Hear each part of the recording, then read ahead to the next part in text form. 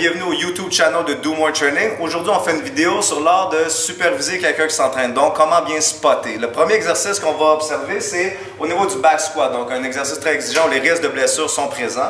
On remarque souvent quand on spot au niveau du back squat que les gens mettent les mains sur les hanches pour donner une poussée verticale. Le problème avec ça, c'est quand la charge devient pesante, le corps va pencher vers l'avant et le bas du dos va compenser. Donne un autre exemple, s'il te plaît, Laurent. Donc, le corps penche en avant et on lève. Les mains ne servent plus à grand-chose. Ce qu'on recommande, c'est de mettre les mains sous la poitrine de l'individu. C'est un conseil que j'ai eu du kinésiologue Xavier Roy, qui est un ami aussi.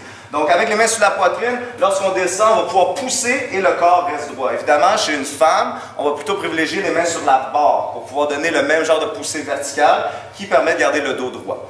Le deuxième exercice, où on remarque souvent des erreurs qui peuvent être assez catastrophiques, c'est au développé couché avec poids libre. Ici, on remarque souvent que les gens vont faire une supervision avec les mains au niveau des coudes. Le problème avec ça, c'est encore une fois, si la charge devient très pesante, on va pousser et les bras vont tomber vers l'avant, vers l'intérieur. Ça peut être au niveau du visage ou du torse, ce qui est vraiment, vraiment dangereux. Donc, on va privilégier plus les mains au niveau des avant-bras. Donc, on peut serrer les avant-bras et contrôler le mouvement de A à Z de manière très sécuritaire et il n'y a plus d'écrasement de dumbbell vers le visage. Le troisième exercice où on peut remarquer certaines erreurs lors de la supervision, c'est au niveau des tirades verticales, chin-up, pull-up, ainsi de suite. Donc, on remarque souvent que les gens vont donner un spot au niveau des chevilles, des jambes. Mais regardez ce que ça fait. Ça fait une hyper-extension du dos. On voit la belle courbe ici au niveau du dos de Hamid et c'est vraiment pas recommandé. Donc, ce qu'on privilégie, c'est mettre les mains au niveau des côtes ou des omoplates sans rentrer les pouces dans le dos et faire une belle poussée droite avec un corps qui est complètement droit après ça.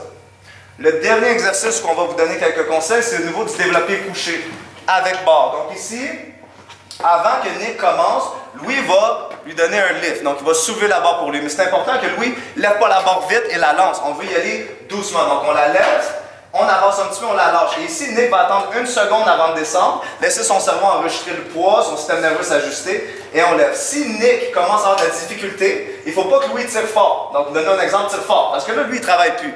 On va plus privilégier, Louis, une petite levée pour le laisser travailler. Comme ça, on a l'effort qu'on veut et on laisse travailler la personne. Et une fois qu'on a fait ça, c'est important que Louis tire la barre pour s'assurer que la barre est raquée et qu'il n'y a pas de problème.